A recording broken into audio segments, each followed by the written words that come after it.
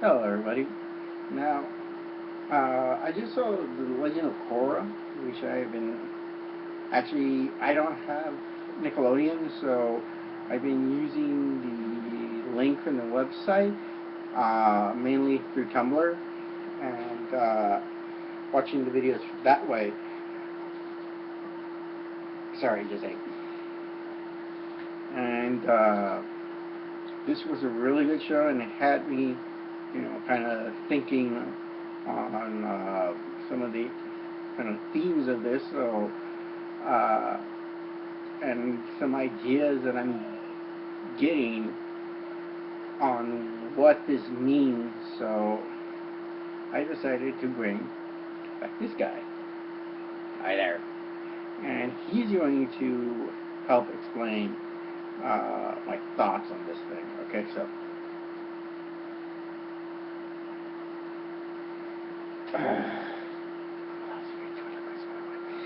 Okay, so introduce yourself. I'm Colin. If you don't know who I am, then you definitely don't know anime. So, uh, hell, even people who don't know anime know who I am. I'm that famous. I think you're confusing yourself with Naruto. I don't think anyone knows you other than that thing from Bleach, if they even know that. How dare you insult me? So, uh, can you explain what you are? I am a Matzo. And how does that make you qualified to talk about the spirits of Avatar? A goddamn soul. That's my qualification. You don't curse that much in the show. In the Japanese version, I do. Okay. Darlene. But, you're usually more friendlier. If I was with a hot girl, I'd be definitely more friendlier than this. So, so, so what are your theories um, on the spirit world? Well, well, the spirit world in this case is not like, uh, from the look of it, it doesn't look like it's like our spirit world in Bleach or in Dante's Inferno or something. That it's just an extra realm, and the spirits just happen to live there. But it doesn't seem like human spirits go there. Like the human spirits just stay in the earth realm and just reincarnate simply over and over. And the spirits are a separate entity. So, so in this case, the North and South Pole were the original gateways to um, the world, to the spirit world, until they were sealed by the first Avatar. Now, the first Avatar was was the Airbender. Wait a minute. Did you sure you watched this show? Or so watched this show like you did. Okay, so did you? So okay, Firebender. Yes, it's Firebender. Okay, so the Firebender. So he's like an early Firebender. They get their powers from the from the lion turtle thing, that big old massive thing that taught Aang how to remove people bending away, and that's where all the elements originally came from. Doesn't explain how that transfers over from you know how that transfers over genetically from generation to generation, but let's run with it. So so basically, the first Avatar was Wang. Wang. Juan. Yeah, it's Juan. So basically, Juan goes is kind of like Aladdin. So basically, he's Aladdin.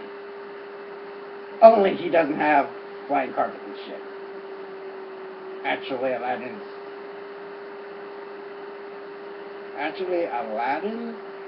was originally Chinese, so I guess that works. He's like Aladdin from the Disney film. So basically, he's a poor kid. He rips people off. He's a bit of a shyster, and so, but he has a good heart, of course, because you wouldn't like him if he didn't have a good heart. So basically, he basically decides that he wants more power, that he wants the power to undo the corruption that he sees in his city, because all the food is controlled by one family, the shoes, and the shoes are basically big old jerks. I knew you were going to try to say the other thing.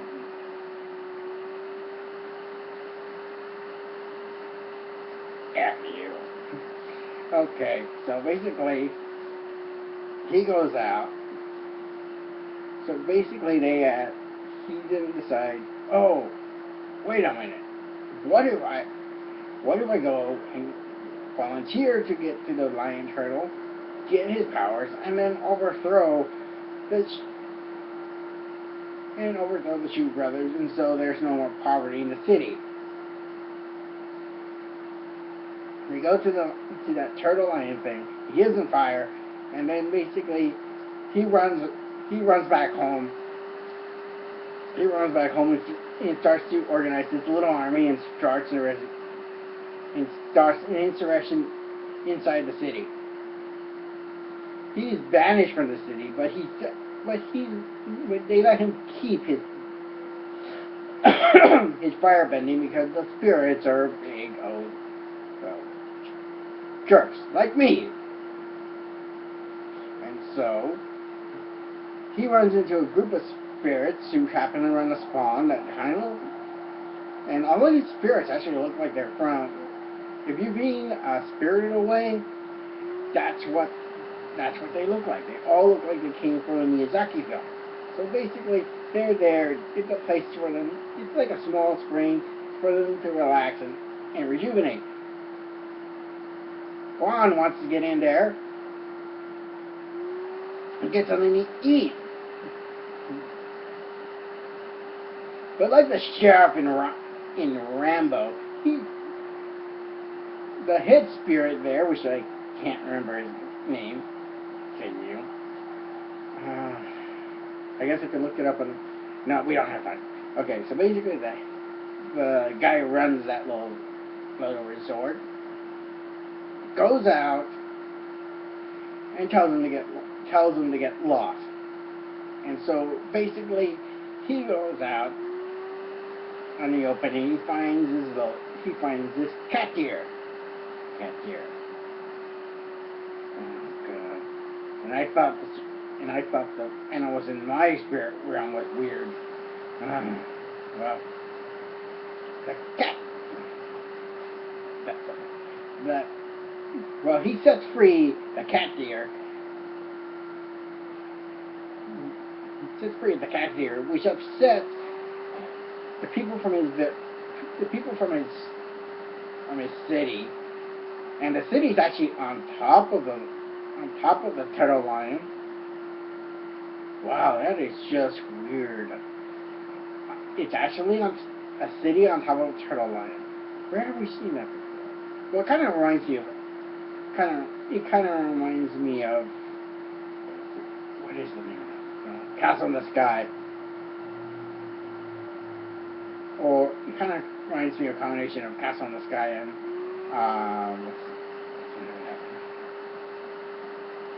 another Miyazaki film. There's a lot of Miyazaki influence here. You can definitely tell. More so than the last time. So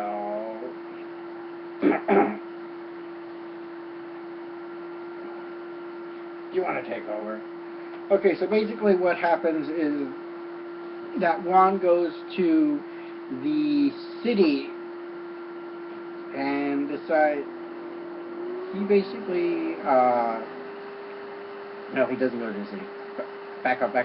Okay, so basically he goes to the he basically sets free the cat deer, the the hunters give him chase, but then the spirits intervene on his behalf, seeing that he is not like the other humans, and they let him stay there for 2 years as he learns their way. And in the process, he learns from a dragon spirit the firebending. So we now know the origin of firebending, because before that, firebending, as we that's just art of firebending, because before then everyone was just kind of boom, shooting fire. Here he ends up using fire much more like the way we see it in the Avatar universe, in the last one, where it's like a lot of kicks, punches, where the fire is essentially an extension of the user. So, get water. I should just pre-record this for editing. So basically, he ends up deciding he wants to see the rest of the world, and he ends up into finding two spirits that are at war with each other, and one a blue and white spirit that is spirit of light called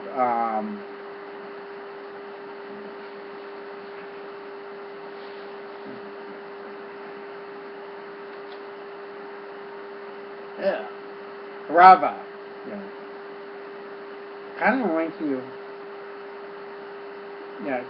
me of Indian folklore. And so you got Raava, and then you have Batu, and these seem more like Indian names rather than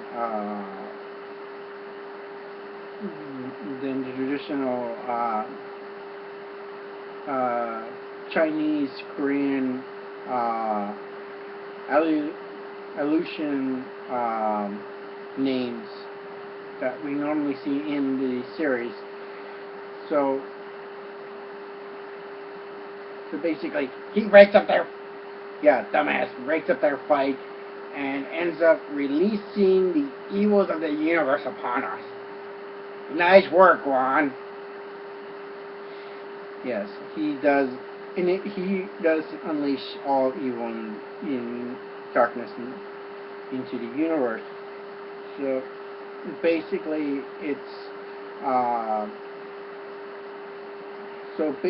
there is an element of kind of an element of Prometheus in this, and Prometheus is the one that brings fire to the world, but also brings in darkness. Of course, in Prometheus' case, it's his wife that unleashes the darkness in the world. But he doesn't have a wife here, so he has no one to blame but himself for unleashing all the darkness onto the world. And so he ends up having to aid, upon realizing his mistake, he ends up getting recruited by Raava to help her. Well, actually, he doesn't recruit him. Takes me again on the show. I saw it twice, so I didn't have. Let me take twice over. So basically, what he does, and let's get some close up. I need to be on the camera. So basically, what happens is basically he tells Juan, "Hey, you idiot. You really effed up, man." And he says, "Oh, I need to help. You need to help. I'm going to help you. No. I'm going to do this on my own. without your help. And so basically he goes to the next turtle village and runs into the airbenders. And so he gets out there and he's playing, oh, I've been out in the world and I've seen the spirits, and so they're like saying, oh, let us find out more about you and tell us of your story. And then Batu ends up turning all the spirits evil and start messing up stuff.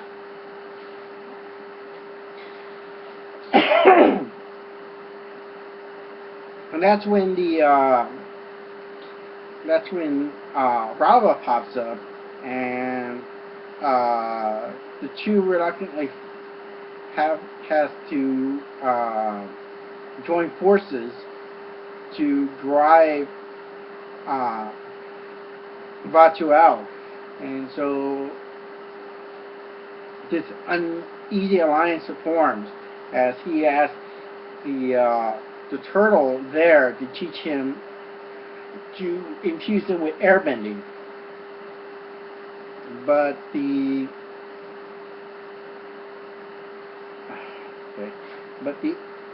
turtle says, well, I can't give it to you directly. No one person's ever had more than one element.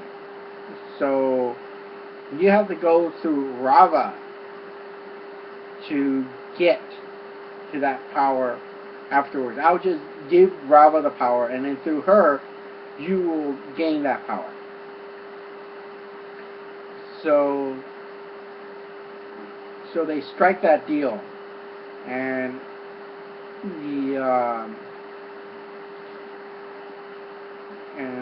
so they start going off to the other turtle line cities, and learn their powers as well. And so basically they have a year until what's called the harmonic conversion. Basically all the energy of the universe converges together, and that's where the final fight takes place. Within the spirit world. And takes place within the spirit world, and basically they fight it out as to who decides who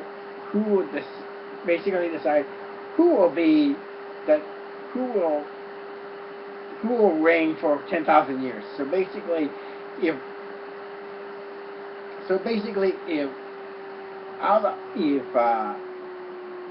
Raava wins, then peace and harmony is restored, and the world goes on. But if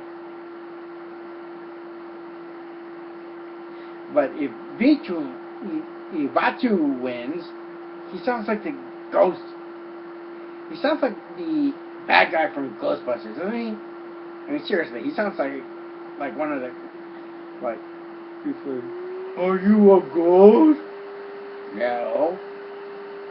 Slam! Getting off topic. So basically, if he wins, then the world's thrown into darkness, everyone dies.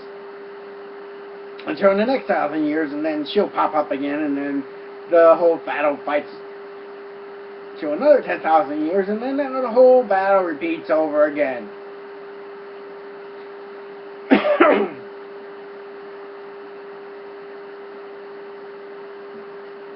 So basically, to make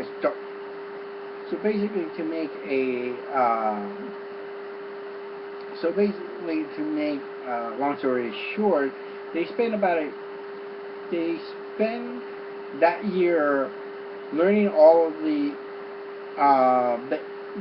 bending, and then they come out and they run into the village, some of his friends from the village that have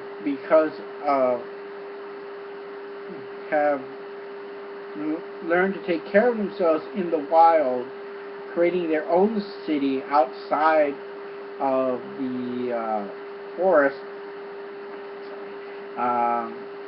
Basically outside the forest, and making their own city, but that's upsetting the spirits because they are burning down trees and reusing them as their power, reusing them to build houses and other things. So, as again, Prometheus, he takes fire from the gods, hands it to man, and man messes it up.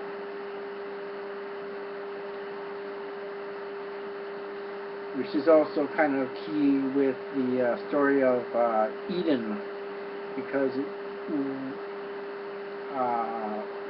the tree of knowledge, basically, the way I kind of look at the story of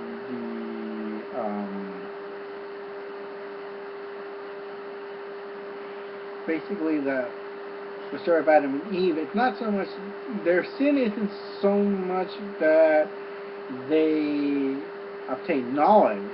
They attain knowledge without understanding. And it's kind of one of the things where we often attain knowledge without attaining and understanding what that knowledge really means. And so whenever we get any knowledge, we exploit it. Like, we discover sexuality, we masturbate. Some boys end up masturbating a lot, or try to, repeat the sensation of sexuality. When they first discovered radium, they started putting in everything, and people got sick and people died because they were drinking radiated water. They were being overexposed to radium. Same thing with radio or any other invention. The internet, where the internet, a great example of this is if you watch Know Your Meme, when they're talking about auto-tuning, where where we exploit things to try to figure out what they do and how we can use it without really thinking about, we're having this debate over genetically modified foods, because let's face it, we're messing with something that we don't fully grasp yet, and it's kind of scary when you really think on it, that we are modifying the foods that we are eating, and we don't know the full effect of what that will do to our bodies or to anything else that we do nowadays. So basically, he and his friend, he and his local spirits are fighting, but then Vishnu comes. He tries to settle it peacefully, but then Vishnu comes in and causes all the spirits to go fucking haywire, and they goes haywire, and basically Juan ends up asking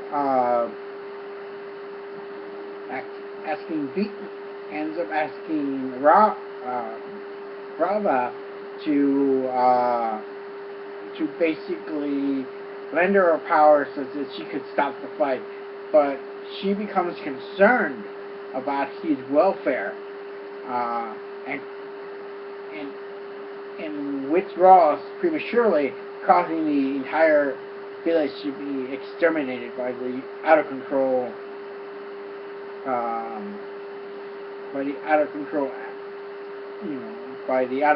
spirits and the out of control spirits. And so they end up going to the South Pole to open the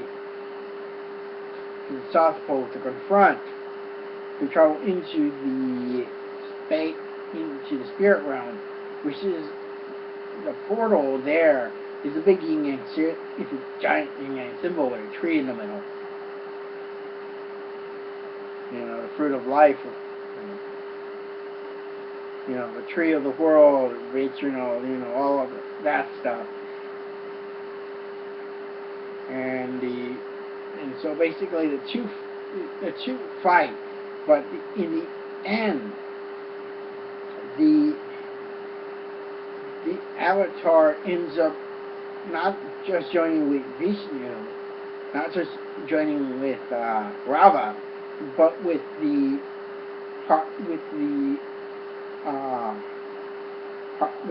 energy that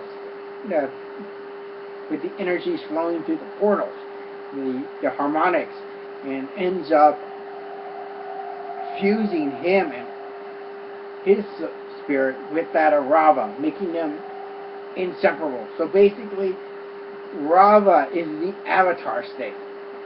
He seals him into a tree. You can see that as the tree of life, or the tree of knowledge. You can see it as a metaphor for the tree of knowledge, but you can see that he seals it up. He seals the North Pole. He seals off the portal to the North Pole. Goes back out, tells all the spirits to go back to the spirit world, and he closes up the South Pole, making it so that the harmonics, that the conflict can so that the two worlds will remain in harmony from then on. And he is the bridge between the two worlds. And he spends the rest of his life trying to bring peace and harmony to the world, but he's unable to, and dies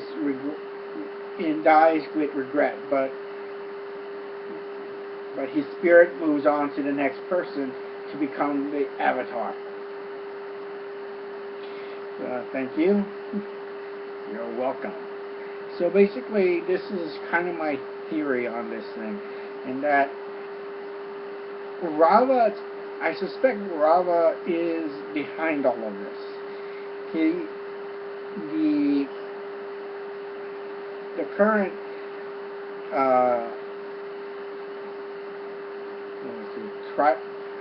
the current tribal leader, who is Korra's uncle, is in tune with the spirit world much more than anyone else, but somehow he has tapped into Raava,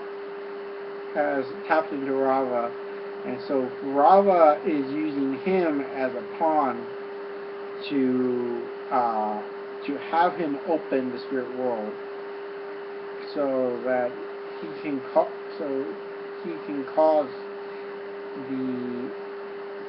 can be released from the tree, and be able to escape into the world once again. But he only has the South Pole open. He needs the North Pole open so that the harmonics can open. And with that knowledge, Korra, not sure of how long she's been out, asked, well, how much time how long have we been out? No, we don't. I can't tell you how long you've been gone from the world, but I can tell you that you only have weeks to stop the harmonics. And so she goes off to the South Pole. Now, it's clear that, and in the series before, it's clear that the uncle has crossed over into was seen going into the spirit realm. So he's been talking directly to Raava. What I'm suspecting with Vishnu, what I'm suspecting is somehow either he doesn't know the true nature of Vishnu, or that, or he, or somehow he was able to communicate with him and convince him to convince the Avatar to open those portals for his own gain. Now, there's something else that I'm kind of noticing, and this is with if you also saw last week's episode. Basically, the big businessman, I'm forgetting, I can't think of his name right now. Well, basically, what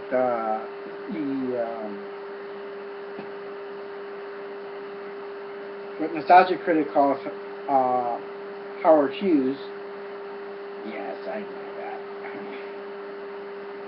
You know his name? No. Okay, so basically, but I suspect he may also be behind him, and this is the reason why. He seems to be overeager to make money off of this war. So either he already had this in mind, or oh, I didn't notice that before. Okay, either that he knew that beforehand, or either he knew that beforehand, or and knew about the plan and was planning to make money, or he's the world's greatest opportunist. But he definitely wants the war to make profit. But I suspect that he may be also in contact with Vishnu. With who's just talking about? With Vishnu, and may also be back with Vishnu, and maybe even Vishnu himself. You know, we don't know how, the extent of his of how much he can influence, the world, and if he has influences over people. It's even possible. It's not. Well, it's even possible that that Vishnu or one of his spirit lackeys may have in fact possessed the two, but that's not likely because the spirits tend to turn whoever they possess into a hybrid of whatever spirit they are with the person that they come off with. One of the characters, pops up looking like half tree because half person, half tree because he was infected by a tree spirit. Another character gets infected by a monkey spirit, and he ends up looking half monkey, half human. So that may be out, but then again, we don't know how sophisticated this is. But it's becoming more and more clear that there is something going on with this. The uncle's definitely in tape, but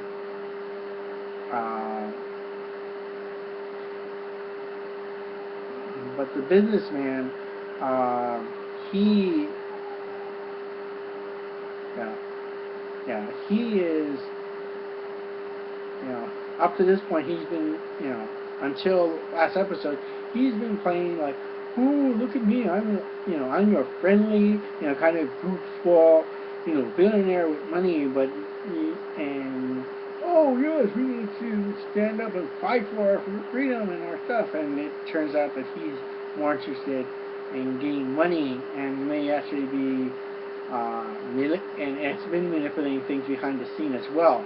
So is he part of the Uncle clan, or is he just a tremendous opportunist, or is he in league with Vishnu without the uncle knowing, and is acting as an agent of chaos? So there's a we can find out later, but it's definitely looking like that this is one enormous spirit trap, and but now we know that the spirit of the Avatar is in fact Raava, and that Raava just jumps from body to possesses from child to child. But that would also explain why the Avatar that when the Avatar state is awakened, it seems to have, especially when Aang, I think it was because Aang was so kind of passive that it was easier for Raava to pop out when danger popped up. Raava trying to save the person's soul. With Korra, because she's not in tune with the spiritual side, embodies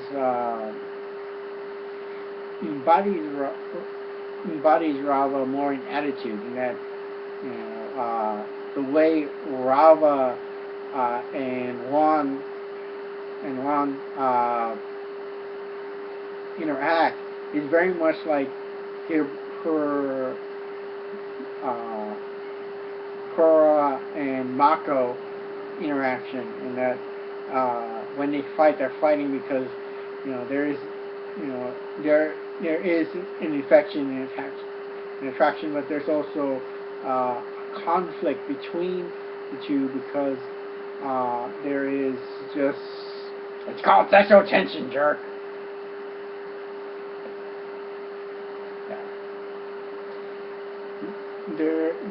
But she does care.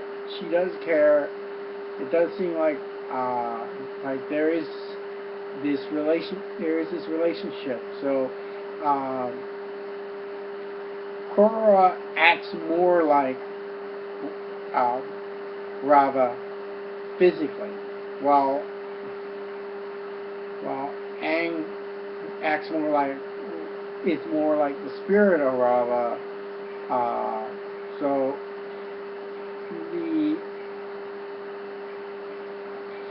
and Raava is a female spirit, apparently. So and Vishnu in Vatu is a male spirit. So, and some people have been pointing out that if you take both of their names and that both of their names have Avatar, you can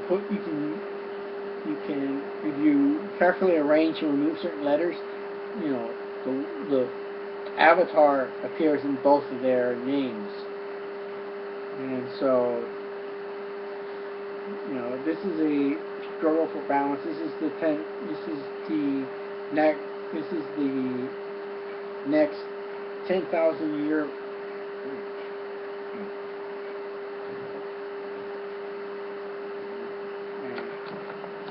Okay, the sun is moving.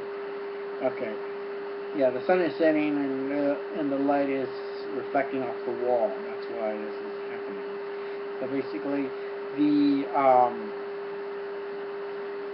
So basically, this battle is happening because the Raava wants to destroy the Avatar, wants to unleash chaos, unleash the Avatar, and ultimately destroy humanity, either by its own hands or by his hand. But to lead the world, to gain enough dark powers to overcome Raava and destroy the world. So, which kind of fits into an idea I've had for a while that, the devil doesn't want to rule man, he wants to destroy man. I'm Catholic, Catholic Christian. So I take it more as mythology. But I do put some, I do have, I don't wear my religion on my shoulder. I kind of easily guide, but I don't, it's not the overriding thing in my life, so you're not going to see me try to convert you, and I find that really annoying. Yes, that is really annoying when people try to force their religion upon you. You don't like it when people try to convince you something, especially if they try to force it in your face.